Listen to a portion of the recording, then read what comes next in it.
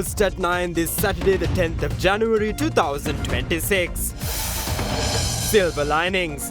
Prevailing deep depression to weaken into a low-pressure system tomorrow. Adverse impact on the island likely to ease from tomorrow, claims the Met. Flammable reforms. Opposition parties protest the new education reforms. Public petition signed urging the Minister of Education to resign. Echoes of murder. Restaurant owner succumbs to fatal shooting in the Hibala. Gang rivalry behind the murder, police suspect. Bidding adieu. Outgoing US Ambassador Julie Chung makes farewell call on Foreign Minister Vijitha Herath. Kalin baby so rupial anuwakata. Kalin baby podi hamotamai. This is Derana First at 9. Live from Studio 24 in Colombo. Good evening and welcome to First at 9 on the Derana News channel. I'm Aditya Dirasinghe joining you live with the latest in Sri Lanka and around the world. Brought to you by the only Sri Lankan media network to rise to the pinnacle across all media platforms. Recognized as the best by every survey and beloved by the people. Now in your top story tonight, the Department of Meteorology predicts the existing deep depression in the southwestern Bay of Bengal to weaken into a low pressure zone by tomorrow, prompting prevailing inclement weather patterns to subside thereafter. However, heavy rains are expected in the northern province tonight, while strong and gusty winds are likely in several areas across Sri Lanka. The deep depression located southeast of the island continues to change course over time. At 11:30 am today, the deep depression was located just 20 kilometers east of Mullaitivu. Making predictions of the depression's movement, the meteorological department expected the system to cross the coast in Mullaitivu this evening. The department further expects the system to weaken and transform into a low-pressure zone by tomorrow. In their weather forecast for today, the Department of Meteorology notes that heavy showers exceeding 100 millimeters is expected in areas within the northern province. Showers are expected at times in the Puttalam, Anuradhapura and Trincomalee districts. Strong gusty winds ranging from 50 kilometers per hour up to 70 kilometers per hour are likely at times over the northern province. Several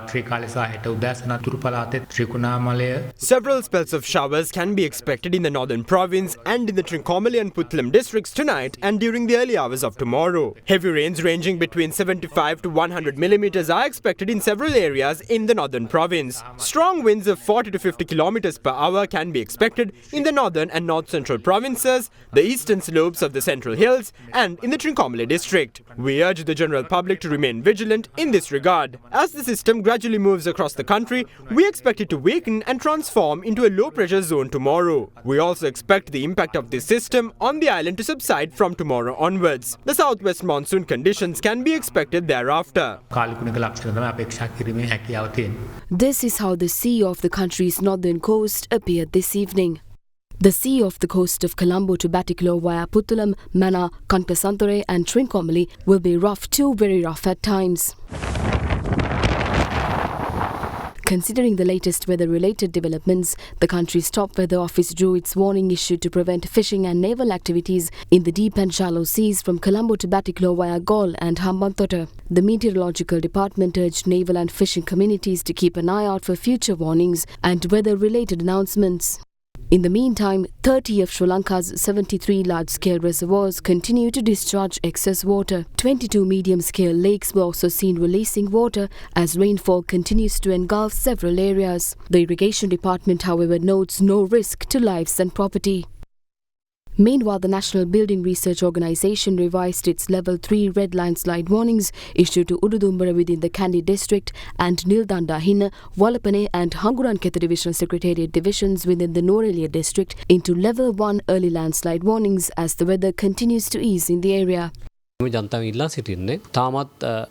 the general public to remain vigilant as rains may occur at times due to the northeast monsoon conditions which continue to loom over Sri Lanka. Residents living in areas at risk of potential landslides must stay vigilant. If rains intensify, evacuate those areas and promptly move to a safe centre. ඔබේ සම හඳුනාගෙන ඖෂධීය ශාකසාරමය forever face wash එකක් භාවිතා කරන්න. As the controversy over the new education reforms continues to push Sri Lanka's political discourse to turmoil, a protest organized by the opposition was held in Matugama today. Leaders and members of the opposition criticized the government's education reforms, claiming they threaten the future of free education. Meanwhile, another protest was organized by women's organizations representing the National People's Power against purportedly misogynistic remarks made by members of the opposition in Parliament. As the controversial education reforms continue to polarize political discourse, women's organizations representing the National People's Power staged a protest in Matugama today. According to protesters, the demonstrations were held in a bid to publicly denounce disparaging remarks made by the opposition against women in Parliament. Joining the protests, NPP MP Nilanthi Kottahachi criticized the opposition for engaging in cheap politics and denounced attempts made by the opposition to disrespect women in Parliament. Meanwhile, protests against the government's new education reforms raged on in Matugama today, in close proximity to the statue of CWW Kannangara, the father of free education. The protest was organised by several opposition parties, including Samagi Jana Balawegaya, the Sarva Jana Balaya, the Sri Lanka Podu Jana Peramuna and the United National Party. A public petition was also signed at the event, calling for an immediate resignation of the Minister for Education, Higher Education and Vocational Education. Party leaders, including opposition leader Sajith Premadasa and Sarva Jana Balaya leader MP Dilip Jayavira, paid tribute to the statue of late CWW Kannangara before the inception of the protest. This is the homeland of CWW Kannangara. The first central college built by him stands behind me. It is with gratitude to CWW Kannangara I reveal to you that 4 of my colleagues in Parliament completed their education with me at this central college. While the country's free education system gradually deteriorates, we have gathered here to demonstrate public disapproval against these arbitrary reforms. A misconception is being brewed at the moment. Some try to allege that we were opposed to the Prime Minister simply because she is a woman. We have nothing personal against the Prime Minister. We are simply protesting the government's proposals. In fact, the greatest harm to women and children will be perpetrated if these reforms are allowed to be implemented. Therefore, we urge all protesters who protest us nearby to stand with us if they really love Sri Lanka's women and children.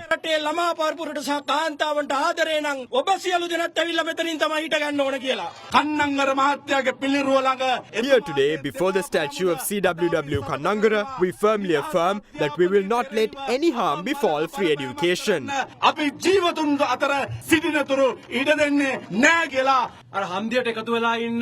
JVP and NPP activists opposing us nearby think that Dr. Harani Amarasuriya alone is responsible for these education reforms. That is not the case. She is in fact a good person and we personally respect her. However, she is incompetent. Implementing education reforms is a very serious matter. She gathered a few members of her party, put together a few papers and called them education reforms. Reforms cannot be implemented that way. Chaos has ensued because of this incompetence. The no confidence motion will be tabled in Parliament because the education reforms are weak.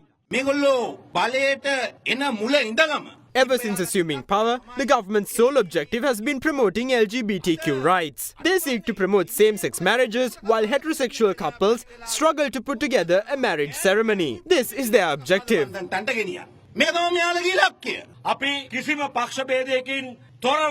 We have come together disregarding party divisions, committed to preserving free education, the last arrow in the quiver of many impoverished families. Many on this stage today got to where they are because of free education. Standing here before the statue of CWW Kannangara, we are currently witnessing the sunset over the horizon of free education. The ensuing controversy is not in fact about the introduction of modules or web links. What is clear is that many foreign powers intend to dismantle free education. Therefore, if we remain silent, we will lose free education, the lifeline of all Sri Lankans. That is why we repeatedly urge all Sri Lankans to not be divided on this issue. Let us rally behind this common struggle.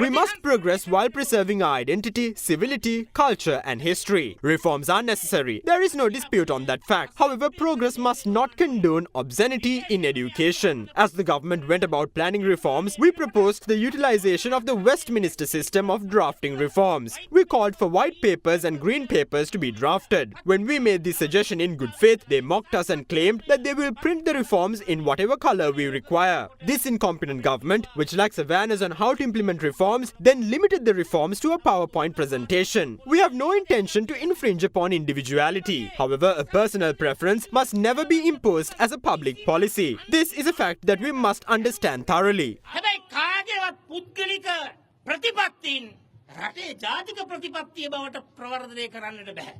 ඔන්න ඔය කාරණාව හොඳට අවබෝධ කරගන්න. Now, outside of Matugama, the controversial education reforms criticized by many took center stage in political discourse today. Here's a look into some thoughts shared in the political arena in this regard. Guilt can only be proven if the malicious act was perpetrated by the accused. Since in this case the act was sanctioned by higher-ups, the guilty party cannot be disclosed to the public. That is why they say that they have identified the guilty party despite not being able to disclose their identity. If they were to make that disclosure, they would have to reveal the names of everybody involved. Everyone, including the Minister of Education and the Ministry's Secretary, to the directors of the National Institute of Education and the authors of the modules in question are all implicated. That is why a single name cannot be disclosed. The education reforms proposed by the government will do more harm than good if implemented. That is why, as adults standing for children, we intend to initiate a satyagraha before the Ministry of Education. Through the protest, we intend to call for the immediate resignation of the Education Minister who seeks to impose these reforms on children. We invite all Sri Lankans to set aside all differences and join us from the 12th onwards in protesting these arbitrary reforms. As the National People's Power proceeds forward, certain members of the opposition are confronted with a problem. They appear to be troubled, sleep-deprived and in panic. The opposition can file their no-confidence motions. They can hurl all the slander they want and spin whatever tales they want. We will defeat all those malicious attempts with the support of the people. Those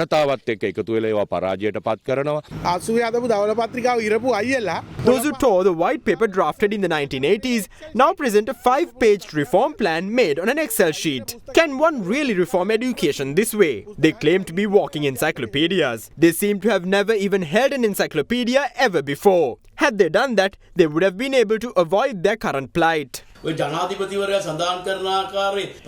reforms are not suitable to inspire the change envisioned by the President. That is why we called for the postponement of reform implementation till next year, which would give us enough room to have discussions. Modules have only been authored for the first 3 months. Teachers must have an ambition on where they intend to take a child academically over the course of an academic year. However, teachers cannot do that today since the modules for the second and third terms have not been released. They haven't even been printed yet. This government seized power with the intention of inspiring change. This is the same government that refuses to sack the minister responsible while firing an official. The minister refuses to take on responsibility.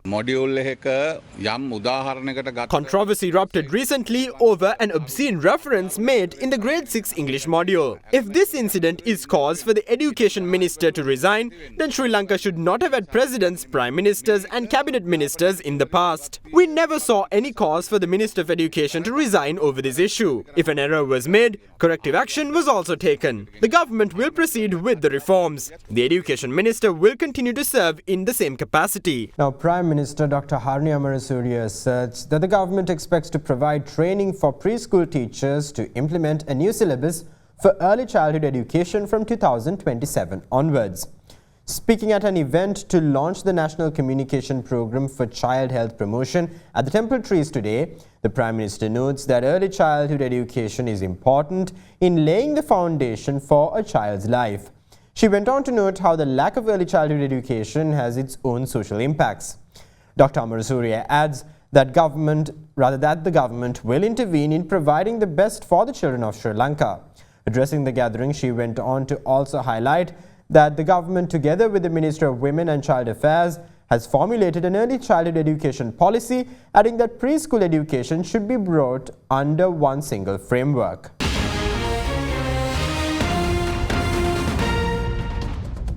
Welcome back. Now in more local news, the Ministry of Environment has instructed the Central Environment Authority to suspend all construction activities on the Ambuluwava mountain range until a comprehensive risk assessment is completed.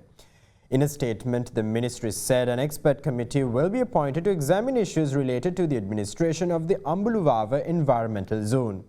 It also noted that officials, along with journalists and civil society activists, will conduct a joint field inspection in the coming days.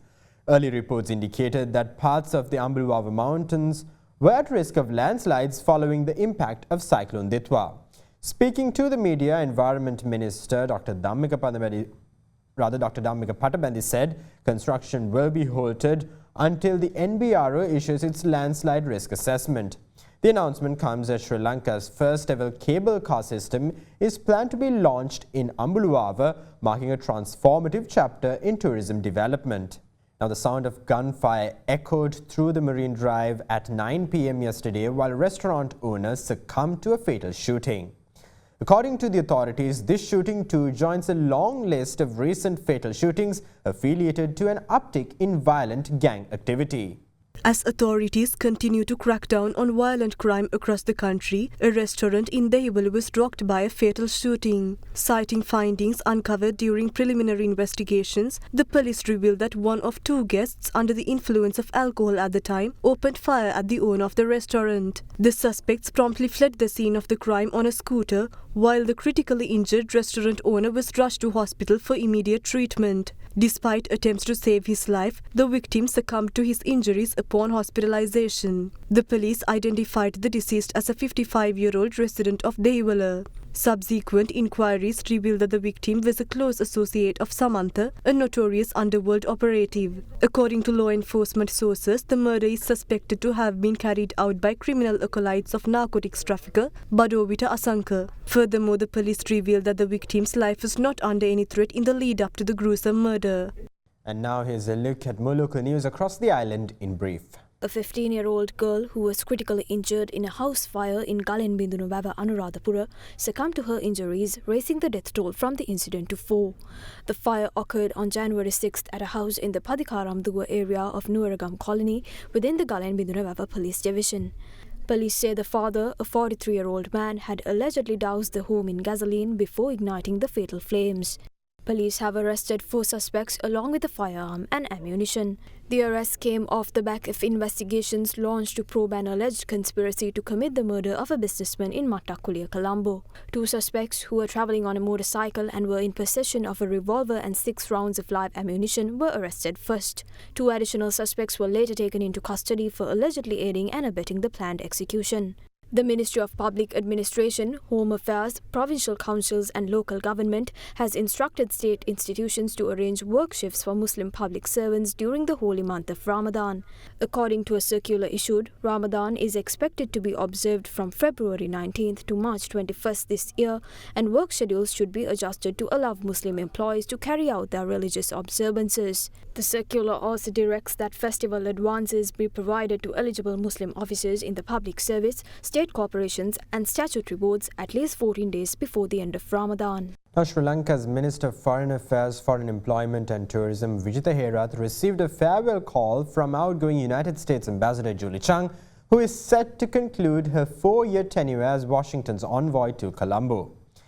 In a post on X, the minister said he expressed appreciation for Ambassador Chung's indefatigable efforts to strengthen U.S.-Sri Lanka relations during her tenure of office from 2022 to 2026. He also extended special thanks for her swift coordination of assistance by U.S. authorities in the aftermath of Cyclone Ditwa. Foreign Minister Vijitha Herath wished outgoing Ambassador Julie Chung the very best in her next assignment.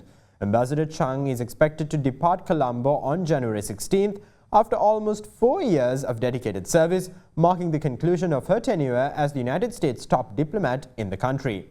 Ambassador Julie Chung commenced her tenure in Colombo in February 2022.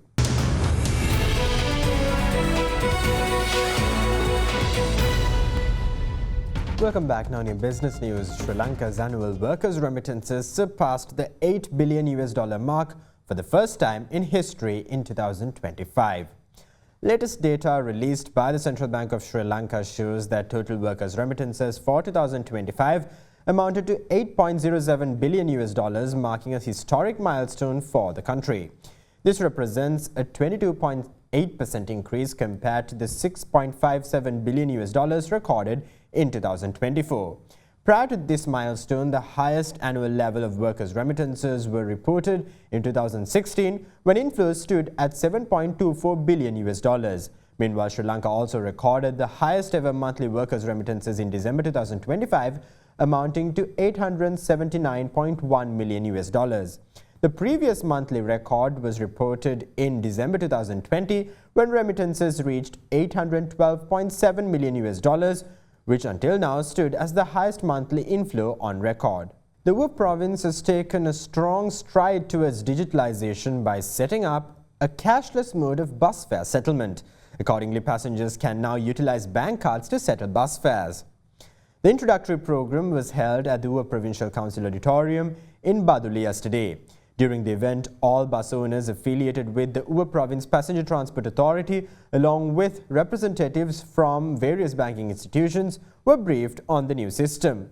According to the Minister of Digital Economy, the session provided a detailed explanation of the digital payment facilities available through bank cards, highlighting the benefits for both operators and commuters. Following the discussions, bus owners agreed to implement the digital payment facility across all buses under the Ua Province Passenger Transport Authority within the coming months. Now in other business news, visiting senior fellow of the ODI Global, Dr. Ganeshan Vignaraja, underscores the urgent necessity for comprehensive reforms across multiple sectors of the economy to address the persistent challenges confronting Sri Lanka in its post-recovery phase. He made these remarks while speaking at a book launch in Colombo. At the same event, Senior Deputy Governor of the Central Bank, Yvette Fernandez, stressed on the importance of establishing an independent planning framework, one that operates free from governmental interference, as a critical requirement for the nation's progress. The Centre for Poverty Analysis, together with ODI Global, recently unveiled the Sustaining Transformative Growth in Sri Lanka for 2025 to 2030 in Colombo. The publication presents a policy framework for Sri Lanka's post-crisis recovery with a focus on structural reforms, poverty reduction and inclusive growth. The only real way to get out of the crisis in the longer term and to avoid such crisis in the longer term is to grow faster and grow differently and grow in a more transformative way, in a more productive way, and to create a more resilient growth path. Yes, of course, it's extremely important to stabilize the economy first, but Sri Lanka has come out of crisis before, but it has gone back into crisis. So it has had IMF programs in the past and may not have been able to use it effectively to transform the economy. It's so important to make sure that Sri Lanka is thinking about getting out of the crisis in a different way and thinking about a future, more resilient growth path. But of course, growth itself is a fundamental basis for this. Policies, general growth policies are really important. It's about trade policies as well that can help you transform your economy. But it also talks about sector-specific and market-specific policies as well, so the more targeted type of policies. And behind all of this will need to be consensus about the future path of the economy. It's important to have coherence, and that's what we're learning from other countries as well, that you have coherence around policies, around a targeted set of activities that can help you forward, that can help you move to a more transformative economy. For the nation to progress, it is essential that we establish an independent framework of plans free of political or governmental interference. Such a framework should retain its effectiveness irrespective of the administration in power. The existence of a system of this nature is fundamental to a country's long-term development. Yet, historically, Sri Lanka has never succeeded in instituting such a mechanism. I am of the view that the government must play a catalytic role in engaging the private sector to collaboratively formulate a comprehensive national plan. Through the IMF program, Sri Lanka has stabilized from the dark days of 2022 onwards, and people at least are living some kind of a normal life. But that's not enough if we want to grow faster in the future and for Sri Lankans to come out of this poverty. And some quarter of our population of 23 million people may be in poverty. SEPA has done a survey which suggests the numbers could be even higher. We think it's very important to do a number of reforms across different areas of the economy for us to go forward. And we suggest 30 recommendations based on 6 areas. The report essentially looks closely at the causes of the crisis, because there is a big debate on, is this a homegrown crisis or is this something international? And one conclusion is that homegrown factors and mismanagement of the economy probably is more important than COVID-19 and the Russia-Ukraine crisis, although those external shocks also contributed to our debt problem. And we put a lot of emphasis on improving the capacity of the state to implement public policy, and also we suggest a number of actions to implement these programs in the future. And then there is the issue of how open an economy do we want. We have had a debate about whether we want to be a closed economy or an open economy. We haven't resolved this very well. But in a country of 23 million people, we have to have an export and perish mentality. So what we need is a consistent set of policies, regardless of the government in power, which will take us forward, and everybody agrees that this is how we have to go. And now, because of the default and because of the IMF program, we have to use this opportunity to move forward.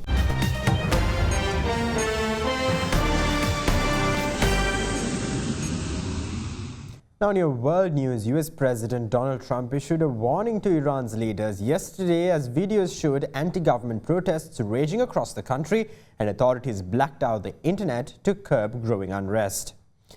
Rights groups have documented dozens of deaths of protesters in nearly 2 weeks, and with Iran state TV showing clashes and fires, the semi-official Tasnim news agency reported that several police officers had been killed overnight.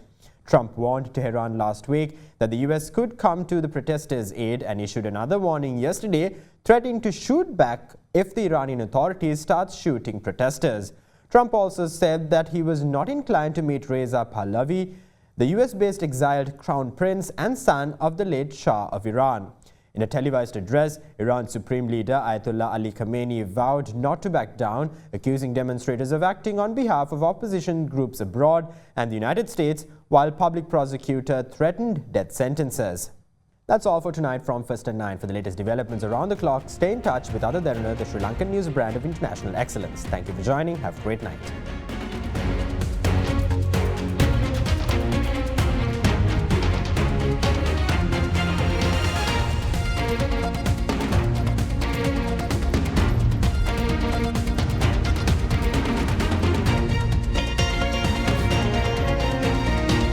From across the nation and around the world, this is Sri Lanka's #1 news source, Ada Derana.